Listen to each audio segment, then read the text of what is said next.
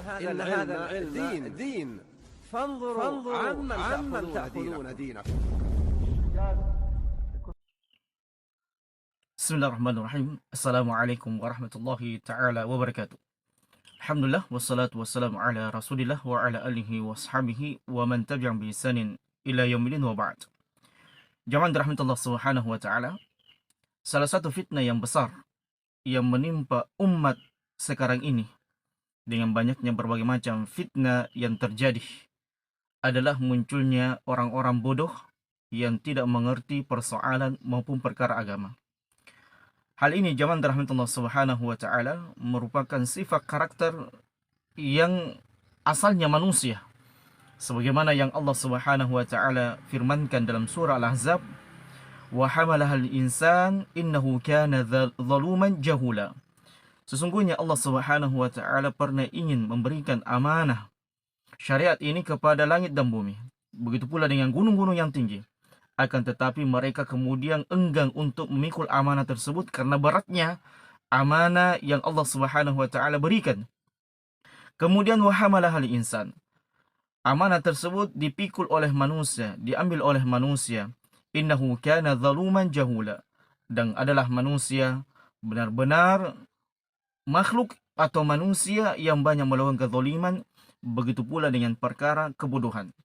Maka kita bisa melihat zaman rahmatullah subhanahu wa ta'ala, negeri-negeri kaum muslimin yang tertimpa dengan fitnah kerusuhan, fitnah pembunuhan, perlakuan keji dan sebagainya, maka itu semuanya ditimbulkan atau dihasilkan dari orang-orang yang bodoh.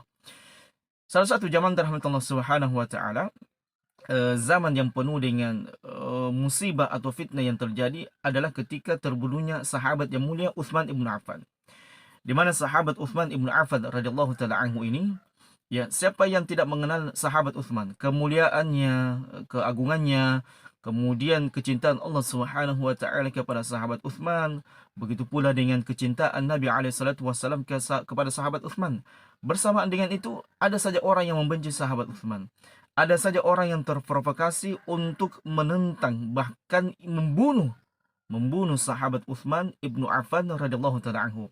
Dan para ulama menyebutkan bahwasanya tidak ada yang membenci sahabat Utsman kecuali dari kalangan orang-orang bodoh yang terprovokasi dengan fitnah yang terjadi, yang disebarkan di tengah-tengah mereka.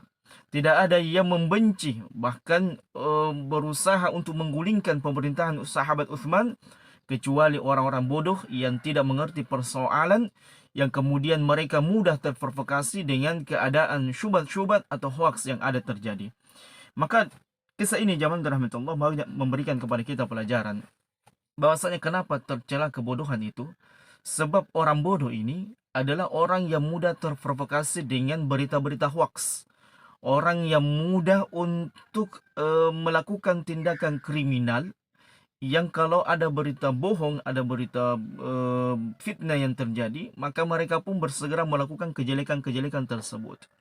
Dan ketahuilah zaman rahmatullah, hamba yang sangat bodoh, hamba yang tidak mengerti persoalan, hamba yang tidak mengerti keadaan yang sebenarnya ini, inilah yang menjadi musibah di antara kaum muslimin. Sebab ini orang-orang bodoh itu zaman rahmatullah karakternya, yang pertama cepat tersulut emosi. Itu orang-orang bodoh. Ketika misalnya ada fitnah yang disebar orang-orang musuh-musuh Islam, musuh-musuh sunnah, maka mereka pun mudah terprovokasi dengan berita-berita tersebut. Kemudian yang kedua, orang bodoh ini nekat zaman rahmatullah. Ya, betapa banyak kita saksikan karena kebodohan. Misalnya nih, ada orang yang sementara mengendarai mobil. Kemudian tiba-tiba ada orang yang berteriak pencuri. Maka ya orang-orang bodoh ini, orang-orang yang tidak mengetahui permasalahan, kemudian menghakimi orang tersebut yang ada di kendaraan mobil tersebut, padahal belum tentu dia pencuri. Dan ini banyak terjadi kasus zaman rahmatullah. Betapa banyak harta yang hilang, nyawa yang hilang karena kebodohan orang-orang yang melakukan kebodohan. Jadi mereka ini mudah melakukan hal-hal yang keji, hal-hal yang mungkar kepada kaum muslimin yang lainnya. Kemudian perhatikan zaman rahmatullah, ada sebuah kisah yang sangat menarik juga, bagaimana seorang hamba yang membunuh 99 jiwa karena kebodohannya. Bahkan ketika dia ingin bertobat kepada Allah Subhanahu wa taala, maka dia pun pergi ke rahib untuk meminta sarang, meminta nasihat, meminta petuah agar dia bisa bertobat. Ketika dia berada di rahib tersebut, dia mengatakan, "Ya wahai rahib, saya ingin bertobat. Maka apakah ada jalan untuk saya untuk bisa bertobat kepada Allah Subhanahu wa taala?"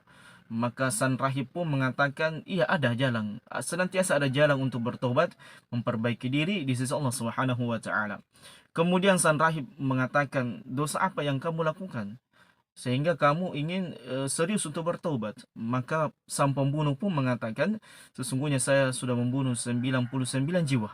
Maka sang rahib ketika mendengar pernyataan dan ulasan dari sang pembunuh, maka sang rahib pun kemudian mengatakan, "Wah, ini dosa besar ini. Dosa tidak ada ampunannya, tidak ada jalan untuk bertaubat kepada Allah Subhanahu wa taala." Ya, saking bodohnya Abid ini, ya, kebodohan yang dia miliki, dia pun kemudian membunuh rahib tersebut dengan mungkin motivasi, ya tidak ada lagi harapan, ya mending saya bunuh kamu saja. Itu dia menggenapkan 100 jiwa. Jamaah rahmatullah subhanahu wa ta'ala. Oleh karenanya jamaah rahmatullah, ya permasalahan terkait dengan demonstrasi sebagian hamba-hamba yang tidak mengerti persoalan, hamba-hamba yang tersulut emosi karena berita hoax yang dilemparkan oleh musuh-musuh Islam maupun sunnah, maka ya nasihat kami jamaah rahmatullah subhanahu wa ta'ala kepada kaum muslimin, yang pertama adalah tercelanya kebodohan. Karena kebodohan ini adalah merupakan pangkal keburukan. Ya, betapa banyak orang yang melakukan maksiat karena kebodohannya. Betapa banyak orang beribadah kepada Allah tidak di atas tuntunan Nabi SAW karena kebodohannya. Betapa banyak manusia, ya, kelak Allah Subhanahu wa taala sebutkan dalam Qur'annya, orang-orang dicampakkan ke dalam neraka Allah Subhanahu wa taala karena kebodohan yang mereka miliki. Allah Subhanahu wa taala berfirman dalam surah Al-Mulk, "Wa qalu law kunna nasma'u aw naqilu ma kunna fi ashabil jahim." Perhatikan jemaah rahmatullah. Wa qalu, dan mereka para penghuni ashabul jahim ini, penduduk neraka jahim ini berkata, "Andaikan kami dahulu mendengar atau berakal." Menunjukkan bahwasanya umumnya orang-orang dicampakkan ke dalam neraka Allah Subhanahu wa taala karena kebodohan yang mereka miliki. Maka jamaah rahmatullah Subhanahu wa taala, ini adalah merupakan teguran dan penegasan yang sangat jelas dari Allah Subhanahu wa taala kepada kaum muslimin, kepada hamba-hamba, agar jangan dia menutup telinga dari kebenaran, begitu pula menutup akal sehatnya dari kebenaran.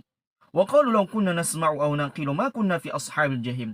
Andaikan kami dahulu mendengar, ya, berita yang benar, yang hak dari manusia, dari dai-dai yang mendakwakan sunnah, atau kami berakal menggunakan akal sehat kami, ma kunna fi ashabil jahim, maka tentunya kami tidak dimasukkan ke dalam neraka jahim Allah Subhanahu wa taala. Dan Allah Subhanahu wa taala juga berfirman dalam surah Al-A'raf, "Walaqad thara'na li jahannama katsiran minal jinni wal ins lahum qulubun la yafqahuna biha wa lahum a'yunun la yubsiruna biha wa lahum adhanun la yasma'una biha ulaika kal an'am bal hum adall ulaika humul ghafilun." Dan sungguh kami akan memenuhi, ya, neraka jahanam itu dari kalangan jin dan manusia, di mana mereka memiliki hati akan tetapi tidak menggunakan hati tersebut untuk tafaqquh dalam sebuah permasalahan. Walahum a'yunun la yubsiruna biha, mereka menggunakan mata tapi mereka tidak bisa melihat kebenaran. Walahum adhanun la yasma'una biha, mereka memiliki pendengaran namun mereka tidak mau mendengarkan kebenaran. Ulaika kal an'am bal hum adall. Allah mengatakan manusia seperti ini mereka sama dengan binatang ternak.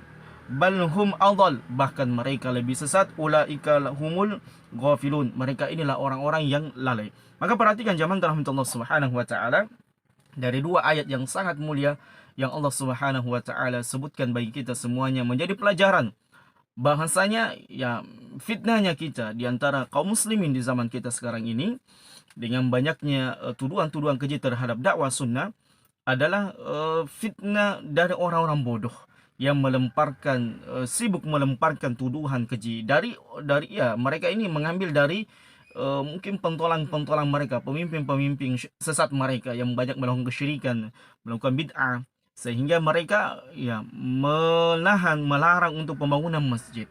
Padahal masjid ini sudah lama, ya, terbangun, sudah banyak aktivitas kegiatan, mulai kegiatan ibadah salat 5 waktu, kajian rutin, ustaz-ustaz kita hafizallahu taala anhu wa ra'a, orang tua kita Begitu pula dengan banyak sudah kegiatan-kegiatan sosial yang lainnya yang dilakukan, dan itu sudah berjalan di tengah-tengah masyarakat zaman dalam itu. Namun karena sekali lagi, karena isu yang sudah menyebar di mana-mana, kemudian adanya banyaknya orang-orang bodoh yang nimbrung dalam perkara tersebut, yang dimana orang bodoh ini sangat mudah terprovokasi dan sangat mudah melakukan kejahatan, diantaranya demonstrasi, padahal sudah ada keputusan dari pemerintah. Maka sekali lagi zaman rahmat Allah Subhanahu wa taala, inilah pentingnya kemudian kita tabayyun, kemudian kita berjalan di atas kebenaran. Oleh karenanya Allah Subhanahu wa taala mengajarkan kita sebuah doa yang sangat luar biasa, untuk diberikan, ditampakkan bahwasanya kebenaran itu adalah sebuah kebenaran dan kesesatan itu adalah sebuah kesesatan. Inilah zaman rahmatullah Subhanahu wa taala, apa yang bisa kita sampaikan pada kesempatan yang berbagi ini. Mudah-mudahan ada manfaatnya bagi kita semuanya, agar kita berlindung dari kebodohan, dari tidak menggunakan akal sehat, tidak menggunakan telinga yang sehat, tidak menggunakan hati yang sehat untuk menerima kebenaran dari sisi Allah Subhanahu wa taala. Hada wallahu alam bisawab.